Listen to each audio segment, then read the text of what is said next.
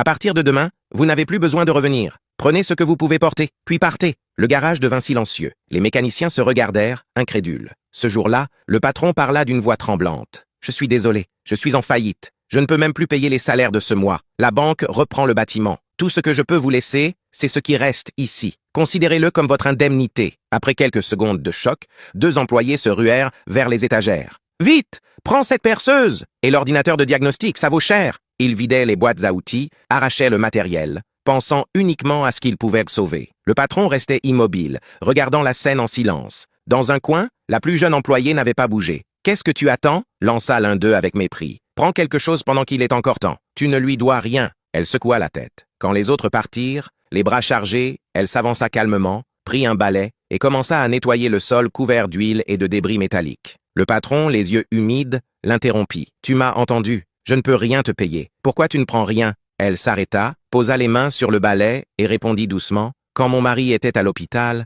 et que je ne pouvais plus payer les factures, vous avez glissé une enveloppe dans mon casier sans rien dire. Quand personne ne voulait embaucher une femme mécanicienne, vous m'avez donné ma chance. » Elle regarda le garage. « Cet endroit a nourri ma famille. Je ne peux pas le dépouiller le dernier jour. S'il doit fermer, qu'il ferme proprement, avec dignité. » À cet instant, le patron sourit pour la première fois. Il sortit un trousseau de clés et une enveloppe épaisse. « Le garage ne ferme pas. » Elle resta figée. « Quoi? Je viens de signer avec un grand groupe. On ne ferme pas, on s'agrandit. Ils avaient une seule condition, que je choisisse un responsable digne de confiance.